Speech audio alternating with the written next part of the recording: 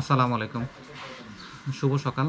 আজকে আমরা কি এটা অরণ্যের দিন রাত্রি, তাই না? অরণ্যের দিন রাত্রি উচ্চারণ করা একটু কষ্ট হলো। অরণ্যের দিন রাত্রি এই রিসোর্টে গতকালকে সকাল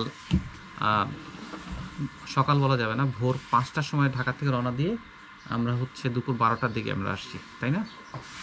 এবং সবচাইতে মজার বিষয় হলো আমাদের আসার সময় খুব মজা হয়েছে। আমরা রাস্তায় হোটেলে হচ্ছে ব্রেকফাস্ট করেছি, আর গাড়ির গ্যাস 2 জায়গা থেকে আমাদেরকে নিতে হয়েছে, এই জন্য আমাদের 1.5 ঘন্টার মতো সময় বেশি লাগছে, তাই না? তো তারপরে আমরা এই অরণ্যের দিন রাত্রি যে রিসোর্টটাতে আমরা আসছি, এই রিসোর্টে আমরা লোকেশনটা হচ্ছে গ্র্যান্ড সুলতান হোটেলের অপোজিটে যে রাস্তাটা যায়, সেই রাস্তার সোজা আসলে, হ্যাঁ, বেশ কিছু দূর আসার পরে একটা মসজিদ আছে বাম পাশে, মসজিদের ওই রাস্তা ধরে আসতে হয়। তো এইখানে অরণ্যের সাথে একটা বিশাল সম্পর্ক আছে, সেটা হলো অলমোস্ট একটা ফরেস্টের মধ্যে দিয়ে হচ্ছে আসতে হয়, যার কারণে এটা অরণ্যের নামের সাথে একটা সুন্দর একটা সম্পর্ক আছে। এবং ভিতরে আসার পরে এই দুইটা বেসিক্যালি ওনাদের তিনটা রিসোর্ট আছে। একটা উডেন আছে, একটা হচ্ছে পুরো মানে একটা রিসোর্ট বলতে যেটা বোঝায় সেটা হচ্ছে মানে ওনাদের বিল্ডিং একটা রিসোর্ট আছে, ওটা বেশ সুন্দর। আর আমরা যেটা আছে সেটা হচ্ছে ইকো রিসোর্ট। এই ইকো রিসোর্টটাতে তোমরা শুরু করো, খাওয়া শুরু করো। ইকো রিসোর্টটাতে আমরা হচ্ছে একটা রুম বুকিং করেছিলাম প্রায় 15 দিন আগে, তাই না? 15 দিন আগে বুকিং করেছিলাম। সেই রুমটাতে আমরা এখানে আসছি। তো এইখানে এই জায়গাটা বেশ আসলেও বেশ ভালো, কিন্তু গ্র্যান্ড সুলতান থেকে যে রাস্তাটা বের হয়েছে এটা হচ্ছে পাহাড় কেটে রাস্তা তৈরি করা হয়েছে, পুরো অলমোস্ট ফরেস্টের মধ্য দিয়ে আসতে হয়, বেশ অনেকটা রাস্তা। তো মানে এইটা আসলে এই জন্যই অরণ্যের যে নামের সার্থকতা সেটা এখানে আছে। আর আমরা সকালে আজকে সেকেন্ড ডে, প্রথম দিন আমরা আসলে কোনো ব্লগ করি নাই, কারণ হচ্ছে বাচ্চাদেরকে নিয়ে আসছি, যার কারণে আমাদের অনেক সময় নিজেরা ব্রেকফাস্ট, লাঞ্চ, ডিনার সব কিছু মিলে আমাদের একটা হচ্ছে হ্যাসেল ছিল, যার কারণে শারীরিক টায়ার্ডনেসও ছিল, যার কারণে আমরা আসলে গতকালকে কোনো রিভিউ বা ভিডিও দিইনি। আজকে second day in the morning.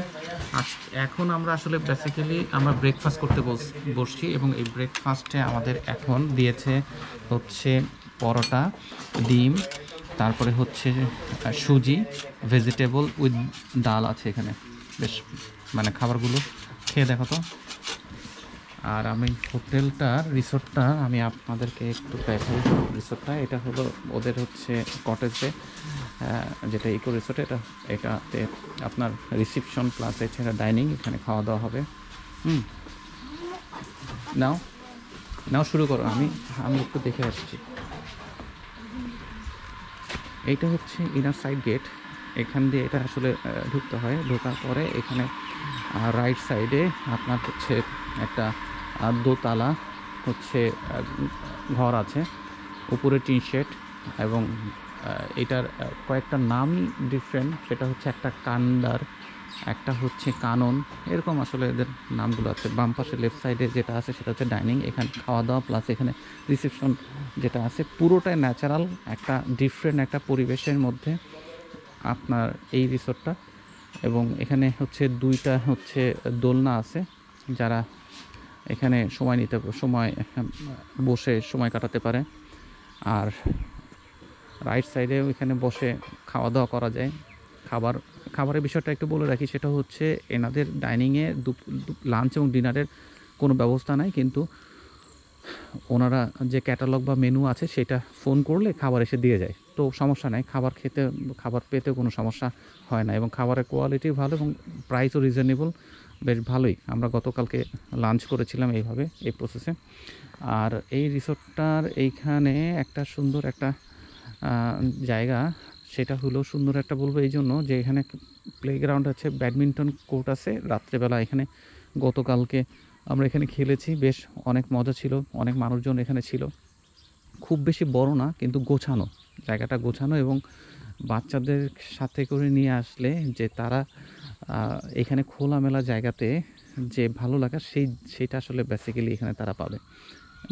আমার কাছে মোটামুটি বাজেট ট্যুরের যারা চিন্তা করবে বা হচ্ছে এই পিক সিজনে ডিসেম্বর মাস অনেক পিক, প্রত্যেকটা জায়গাতে হাই প্রাইস, তো সেই দিক থেকে এখানে এই কটেজগুলোতে মানে বেশ ভালোই, এবং এটা প্রাইসও অনেকটা রিজনেবল। এটা ৩,৫০০ টাকা ছিল। এখানে ডাবল বেড ছিল এবং ওয়াশরুমটাও অনেক ভালো, গিজার আছে। এখানে প্রবলেম হচ্ছে এখানে এই কটেজে টিভি নাই, টিভি আর তারপরে ওয়াইফাই কানেকশানটা নাই, কিন্তু ইন্টারনেট কানেকশান হচ্ছে মোবাইল ফোনের, যে আমি বাংলা লিঙ্কের সিম ইউজ করেছি এবং অনেক ভালো স্পিড আছে। আমরা এই কটেজে ছিলাম অদ্রি এটাতে, এবং এখান থেকে এই কটেজে এখানে বসে থাকা যায় বা শুয়ে থাকা যায়, এখানে রেস্ট নেওয়া যায়। রুমের ভিতরে ভিউ এখন যেমন আমার ছোটো মেয়ে ঘুমাচ্ছে, আর এখান থেকে অনেক বড় পাহাড় সামনে দেখা যায়, বাম পাশেও পাহাড় আছে, টিলা আছে। আর এই কটেজের সবচাইতে অ্যাডভান্টেজ যেটা আমার কাছে লেগেছে, এটা গ্রামীণ একটা পরিবেশ। এখান থেকে রাইট টার্ন বেশ কিছু দূর গেলে আপনার লেবুর বাগান, তারপরে আনারসের বাগান, কলার বাগান, তারপরে হচ্ছে বাঁশের হচ্ছে ঝাড়, এরকম অনেক আছে। এবং সেই সাথে এখানে খাসিয়া পল্লী, কিছু খাসিয়াদের ঘরও আছে। আমরা সকালবেলা ভেরি আর্লি মর্নিং এখানে গিয়েছি। প্লেসটা হচ্ছে বেশ ভালোই সব কিছু মিলে বেশ ভালোই লেগেছে। তবে রাস্তাটা হচ্ছে এখন পর্যন্ত মাটির, বর্ষাকালে সম্ভবত এই রাস্তা দিয়ে আসাটা খুবই কষ্টকর হয়ে যায়।